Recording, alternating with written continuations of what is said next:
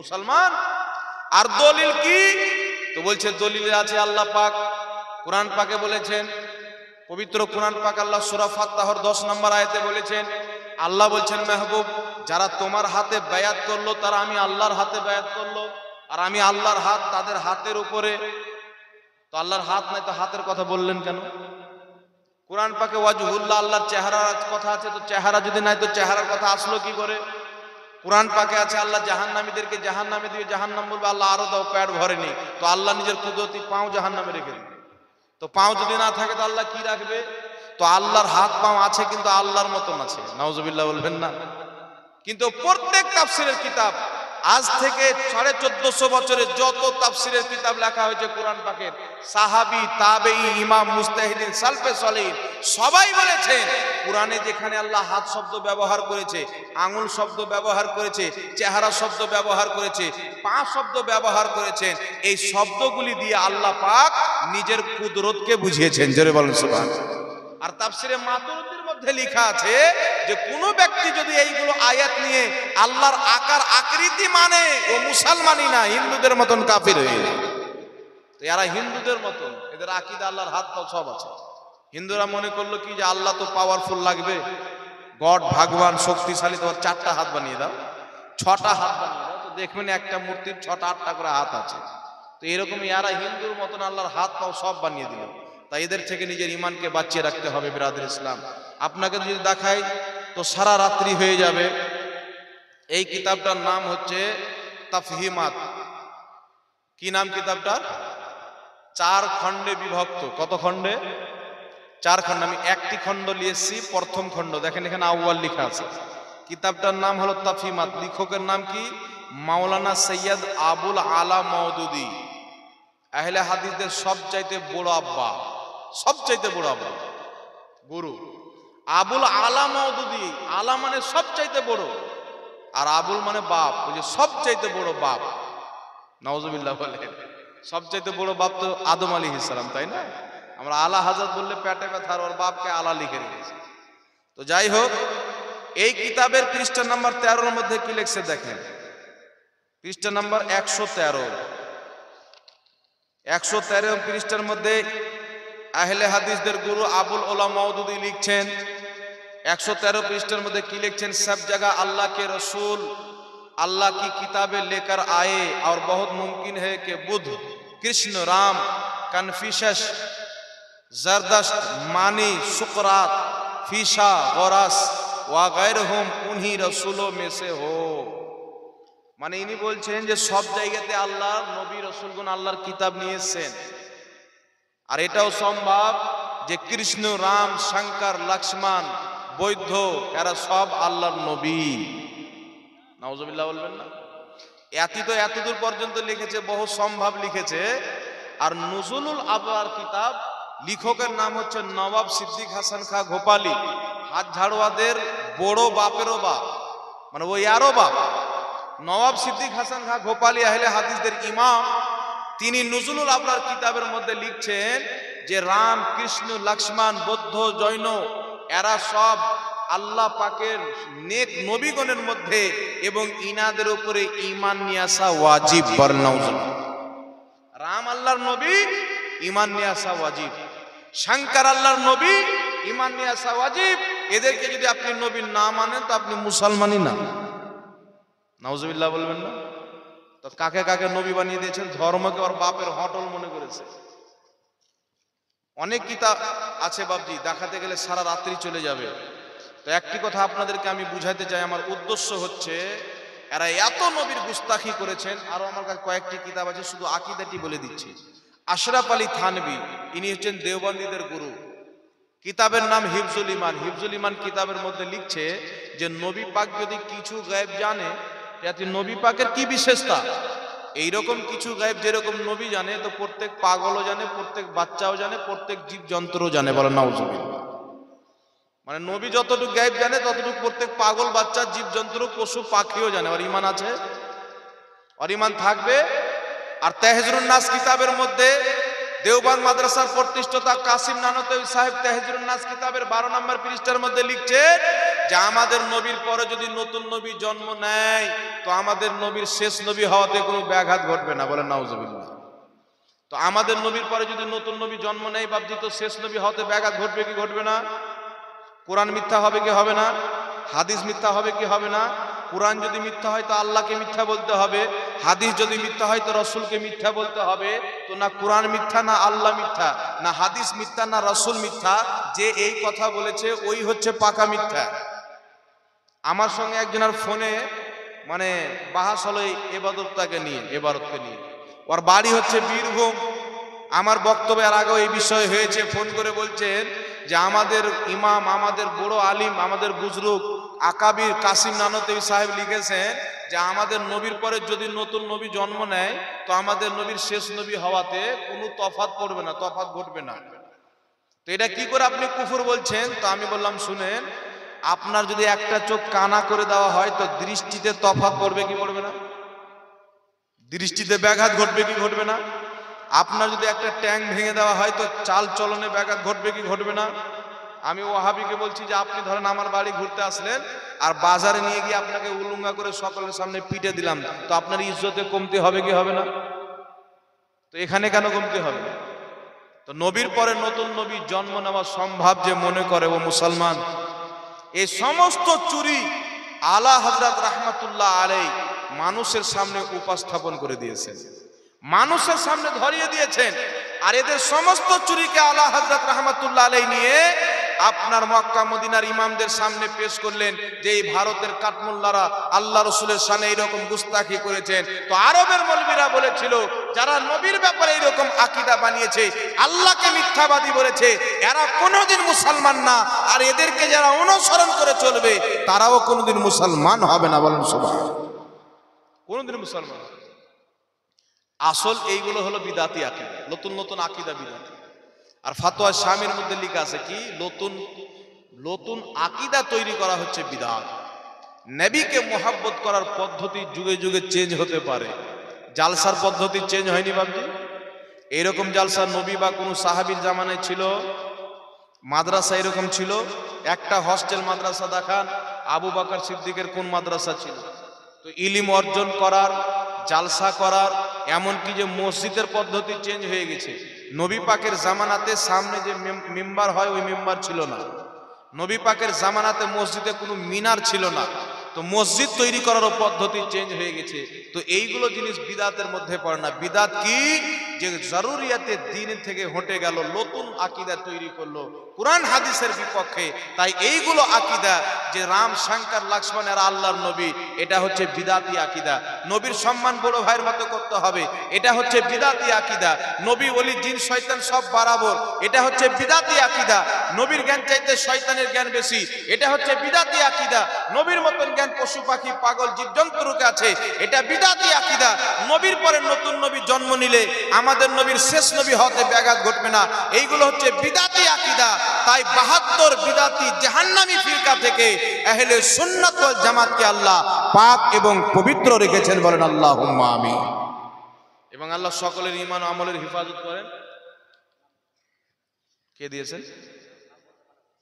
আচ্ছা, 1000 টাকা দিয়েছেন, তুলে নেন। তো বেরাদর ইসলাম, এরকম নোংরা নোংরা আকীদার কারণে আমরা আপনাদেরকে সাবধান করে দিয়েছি। আমাদের আলিমুল আজকে থেকে নয়, আপনাদেরকে শত শত বছর থেকে বলে আসছেন যে ওয়াহাবি হচ্ছে গুস্তাখে রসুল, গুস্তাখে আল্লাহ, আল্লাহরও গুস্তাখ, রসুলুল্লাহর গুস্তাখ। আপনি বলেন নবীর স্মরণ নামাজে আসলে নামাজ হবে না, গরু ছাগলের স্মরণ আসলে হয়ে যাবে, স্বামী স্ত্রীর সহবাসের স্মরণ আসলে হয়ে যাবে, এটা নবীর তাওহীদ না? আসসালামু আলাইকা আইয়ুহান নবী বলবেন তো নবীর স্মরণ আসবে না? আল্লাহুম্মা সাল্লি আলা মুহাম্মাদিন ওয়া আলা আলি মুহাম্মাদ যখন পাঠ করবেন আমার রাসূলের স্মরণ আসবে না? কিন্তু সুন্নির আকীদা হলো যতক্ষণ পর্যন্ত নামাজে নবীর স্মরণ না আসবে নামাজই হবে না। বলেন সুবহানাল্লাহ। ইবাদত হবে আল্লাহর, আর খেয়াল হবে অন্তরে মুহাম্মদ রাসূলুল্লাহর। জোরে বলেন না সুবহানাল্লাহ।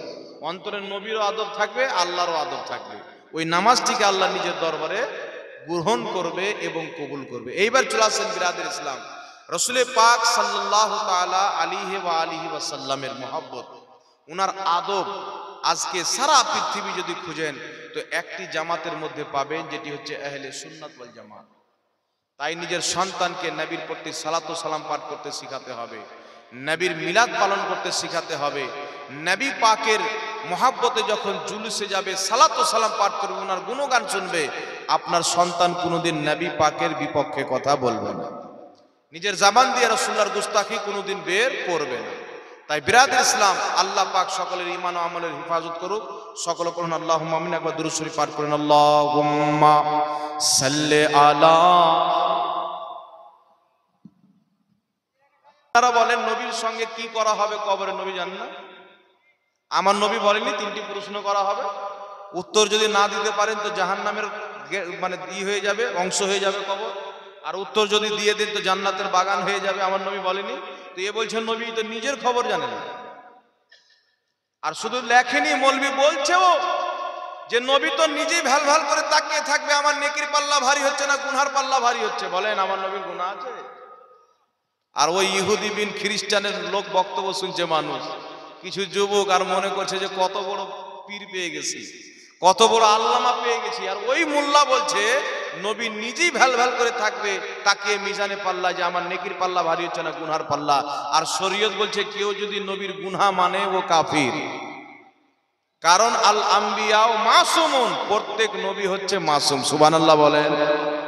আর আল্লাহ বলছেন আমার নবী কিছুই বলে না বা কিছু করে না যতক্ষণ পর্যন্ত আমি আল্লাহ না বলাই, আমি আল্লাহ না করাই। তাহলে নবী যদি গুনাহ করে তাহলে এটা মানতে হবে যে আল্লাহই করিয়েছে। আর গুনাহ আল্লাহ করায় না শয়তান করায়? গুনাহ শয়তান করায়। তো নবীগণ গুনাহ থেকে পাক। এটা ওয়াহাবিদের, আহলে হাদিস, হাতঝাড়ওয়াদের আকীদা যে নবী গুনাহ করতে পারে এবং নবীও নিজের খবর জানেন না যে আমার কি অবস্থা হবে, বলেন নাউজুবিল্লাহ। আর শুধু তাই নয়, ওয়াহাবিদের আকীদা হলো যে নবী পাক যে দুনিয়া থেকে ইন্তিকাল করেছেন, তো উনি যে দুনিয়া থেকে ঈমান নিয়ে গেছেন কি যায়নি গ্যারান্টি নাই। নাউজুবিল্লাহ। আমাদের নবী ঈমান নিয়ে গিয়েছেন কি যায়নি, ওয়াহাবিদের কাছে এটারও গ্যারান্টি নাই। তো যে নবীর ব্যাপারে যার গ্যারান্টি নাই, ওর নিজের ব্যাপারে গ্যারান্টি আছে? এটা কোনো মুসলমানের আকীদা? স্পষ্ট বোঝা যাচ্ছে যে ইহুদি এদেরকে কিভাবে খেয়ে রেখেছে। আর একই কিতাব, এই কিতাবটির নাম হচ্ছে বাবজিক তাকওয়াতুল ঈমান, পৃষ্ঠা নাম্বার 25। ইসমাইল দেহলভী আহলে হাদিসদের গুরু এই পৃষ্ঠার মধ্যে লিখছে উস শাহিনশাহ কি তো ये शान है। শাহিনশাহ মানে আল্লাহর। বলছেন আল্লাহর তো এটা শান कि एक आन में एक हुक्म कुन से चाहे तो करोड़ों नबी और वली जिन और फरिश्ते जिब्रील और मोहम्मद के बराबर पैदा कर डाले। এখানে লিখছেন আল্লাহর তো এটা শান, আল্লাহ যদি চায় তো একটা হুকমে কোনে এক আনে কোটি কোটি মুহাম্মদ, কোটি কোটি জিবরিল, কোটি কোটি নবী তৈরি করতে পারে, বলেন নাউজুবিল্লাহ। কিন্তু আল্লাহ তো তৈরি করতে পারে? পারে না?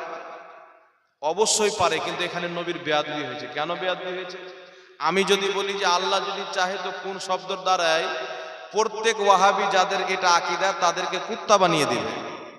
ও বলবে কি বলবে না যে আমাদেরকে গালি দিল? বলবে না? কিন্তু আল্লাহ পারে কি পারে না বলেন আপনারা? আমি যদি বলি যে কাজ্জাব বিন ইহুদিকে আল্লাহ যদি চায় তো শুঁয়ার বানিয়ে দিবে, ওর ভক্তরাকে লাগবে কি লাগবে না? তো তোমাদের আর আমাদের মধ্যে তফাৎ হচ্ছে এটা, তোমাদের মোল্লার শানে কেউ আঘাত করলে তোমাদের পেটে ব্যথা হয়, আমাদের নবীর শানে কেউ আঘাত করলে আমাদের পেটে ব্যথা হয়। জোরে বলুন সুবহানাল্লাহ। তোমরা তোমাদের কাঠমোল্লাকে প্রাধান্য দিয়েছো, আমরা মুস্তাফা জানের রহমতকে দিয়েছি। আর কিয়ামত পর্যন্ত এই জমিনের মাটিতে আহলে সুন্নাত ওয়াল জামাতের সুন্নি জামাতের মৌলবি যতদিন থাকবে নবীর ইজ্জতে পহরা দিতেই থাকবে, বলেন সুবহানাল্লাহ। কারণ আমরা হচ্ছে নবীর দরবারের গোলাম। আর এরা বলছে কি জানেন, নবীর গোলাম বলা যাবে না। কি বলছে? নবীর গোলাম বলা যাবে না। নাউজুবিল্লাহি মিন যালিক। ও মুসলমান। তো আমি একটা বক্তব্যতে বলেছি, ঠিকই বলেছে, যারা ইহুদির গোলাম ওদেরকে নবীর গোলাম বলাই হারাম আছে। যারা নবীর গোলাম তাদেরকে নবীর গোলাম বলতে হবে। আমরা সাহাবীর কাছ থেকে শিক্ষা নিই।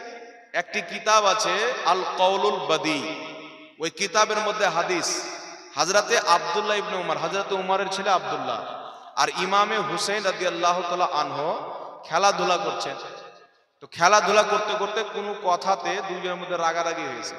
তো ইমামে হুসেন হযরতে আব্দুল্লাহ ইবনে উমর, উমরের ছেলেকে বলছেন, এই আমার নানার গোলামের ছেলে। তো হযরতে আব্দুল্লাহ বলছে, আমার বাপ উমরে ফারুক যে আমিরুল মোমিনিন এত পাওয়ারওয়ালা, আর আমার বাপকে বলছে আমার নানার গোলাম, দৌড় দিয়ে বাবার কাছে যাওয়ার পরে বলছেন আব্বা হুসেন আমাকে বলেছে আমি নাকি তুমি নাকি তার নানার গোলাম। হযরত উমর ফারুক সাহাবীদেরকে ডাকলেন, ইমামে হুসেনকে ডাকলেন, এইভাবে লোক বসেছেন, আর হযরত উমর ফারুক বলছেন হুসেন আপনি কি এই কথা বলেছেন যে আমি আপনার নানার গোলাম? ইমামে হুসেন বলছেন হ্যাঁ বলেছি। হযরত উমর ফারুক বলছেন হে আল্লাহর নবীর সাহাবী আপনারা সাক্ষী হয়ে যান। আর হযরত উমর ফারুক বলছেন হুসেন আপনি এই কাগজে লিখে দেন যে আমি উমর আপনার নানার গোলাম, যেন কিয়ামতের ময়দানে আল্লাহ যখন জিজ্ঞাসা করবে উমর দুনিয়াতে কি করেছো কি হয়েছো, আমি উমর বলবো আমি তোমার নবীর গোলাম, ইমামে হুসেনের লেখা সার্টিফিকেট নিয়েছি। জোরে বলেন সুবহানাল্লাহ। এটা কার আকীদা? উমর ফারুকের আকীদা। কিন্তু জাহিলের আকীদা কি ভাবি? নবীর গোলাম বলা যাবে না। তো তোমরা না সাহাবীকে মানো না নবী পাককে মানো, তোমরা তো ইহুদিদেরকে অনুসরণ করো। ইহুদি তোমাদেরকে একটা একটা করে মেসেজ পাঠায়, আর ওই মেসেজটা তোমরা ইউটিউবে ছাড়ো, আর দলিল দাও কোরআন থেকে, দলিল দাও হাদিস থেকে, আর নিজের ঘরের তাফসীর বানাও, কোনো ইমামের তাফসীর পড়ো না। তাই আমার আল্লাহ বলেছেন এই কোরআন পড়ে অনেক লোক পথভ্রষ্ট হবে, এই কোরআন পড়ে অনেক লোক হেদায়েত পাবে। তোমরা নিজে নিজে তাফসীর করে পথভ্রষ্ট হচ্ছ, আর আমরা কোরআন পাক পড়ে নিজের তাফসীর করি না, সাহাবায়ে কেরামের তাফসীর পড়ি। জোরে বলেন সুবহানাল্লাহ। সাহাবায়ে কেরামের তাফসীর। তাই বিরাদর ইসলাম কোরআন পড়লেই যে একদম সত্যবাদী মুসলমান হয়ে যাবে না, কারণ আল্লাহ বলেছেন কোরআন পড়ে লোক গুমরা হবে, কোরআন পড়ে লোক হেদায়েত হবে। এই একই কিতাবটির নাম হলো তাকবিয়াতুল ঈমান। এই কিতাবের মধ্যে লিখছে मखलूक होने में चांद और सूरज नबी और वली बराबर है, মানে मखलूक হওয়াতে চাঁদ सूरज নবী ওলি সব বরাবর। নাউজুবিল্লাহ বলেন। কিন্তু আল্লাহ নিজের মাখলুকের মধ্যে একে অপরের উপরে সম্মান দান করেছেন কি করেননি? আল্লাহর শরীয়তে আল্লাহর বিধানে সর্বশ্রেষ্ঠ মাকাম দরজা হচ্ছে নবীগণের, আর নবীগণের মধ্যে সর্বশ্রেষ্ঠ মার্তাবা মাকাম হচ্ছেন ইমামুল আম্বিয়া আমাদের রসুল মুস্তাফা জানে রহমত সাল্লাল্লাহু আলাইহি সাল্লাম। আর ইনি বলছেন নবী ওলি চাঁদ সূর্য সব বরাবর। নাউজুবিল্লাহ। এইবার চলে আসেন, এই একই কিতাবের মধ্যে লিখছেন যে रसूल पाक सल्लल्लाहु अलैहि वसल्लम बोलेছেন যে अल्लाह तुम्हारे साथ क्या मामला करेगा मुझे इसका कोई इख्तियार नहीं, और वहां में किसी की हिमायत नहीं कर सकता और ना किसी का वकील बन सकता हूं। বলেছেন কিয়ামতের ময়দানে আমি নবী কওরির হিমায়ত করতে পারি না, আর কওরির উকিলও হতে পারি না। নাউজুবিল্লাহ বলেন। উম্মতের উকিল হবে কি হবে না?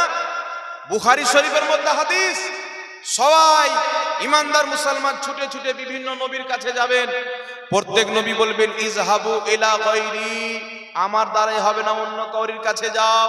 তখন আমার আপনার নবীর কাছে যাবেন, তো আমার আপনার নবী বলবেন আনা লাহা, আমার কাছে এসো। জোরে বলেন সুবহানাল্লাহ। আমার কাছে এসো। আমার নবী সাজদাতে পড়বেন, বুখারীর হাদিস। আল্লাহ বলবে, রাসূল পাক সাল্লাল্লাহু আলাইহি ওয়াসাল্লাম সাজদাতে যাবেন, আমার আপনার নবী বলেছেন ওই সময়তে আল্লাহ পাক আমাকে কিছু তাসবিহ শিখাবেন, ওই তাসবিহগুলি আমি পাঠ করব। রাসূল পাক বলছেন তখন আল্লাহ বলবে মুহাম্মদ মাথা তুলো, মাথা তুলো, ইয়া মুহাম্মদ মাথা তুলো। রাসূল পাক বলছেন আমি মাথা তুলব না। আল্লাহ যখন কয়েকবার বলবেন, আল্লাহ বলবেন মাহবুব তুমি নিজের মাথা তুলো, তুমি যার সিফারিশ করবে তার সিফারিশ করা হবে, যার বকশিশ চাইবে তাকে বকশে দেওয়া হবে। তখন আমার নবী মাথা তুলবে, আল্লাহ পাক আমার আপনার নবীকে শাফাত করার, বকশিশ করার মর্তবা দান করবেন, চাবিকাঠি দান করবেন। তখন আমার নবী বলবেন আল্লাহ তুমি তো দুনিয়াতে আমার সাথে ওয়াদা করেছো ওয়ালা সাউফা ইউতিকা রাব্বুকা ফাতারদা, মাহবুব তোমাকে এত দিব তুমি রাজি হয়ে যাবে। আল্লাহ তুমি আমাকে অনুমতি দাও, আমার প্রত্যেক গুনাহগার উম্মতকে জান্নাতে নিয়ে যাব। বলেন সুবহানাল্লাহ। রাসূল পাক বলছেন যতক্ষণ পর্যন্ত আমার এক উম্মত জাহান্নামে থাকবে ততক্ষণ পর্যন্ত আমি মুস্তাফা রাজি হবে না। জোরে বলেন না সুবহানাল্লাহ। তো নবীর উম্মত হয়ে থাকেন, নবীর গোলাম হয়ে থাকেন, এতই নাজাত আছে। আমলও যদি কমতি হয় একদিন না একদিন নবী আপনাকে বাঁচিয়ে নেবে, কিন্তু ঈমানই যদি হারিয়ে দেন তাহলে সব শেষ হয়ে যাবে। এইবার চলে আসেন তাকওয়াতুল ঈমানের মধ্যে ইসমাইল দাহিলভী লিখছেন, এখানে লিখছেন যে আমরা নবীগণ ওলিগণ সবাই মানুষ, আদম সন্তান, ভাই ভাই।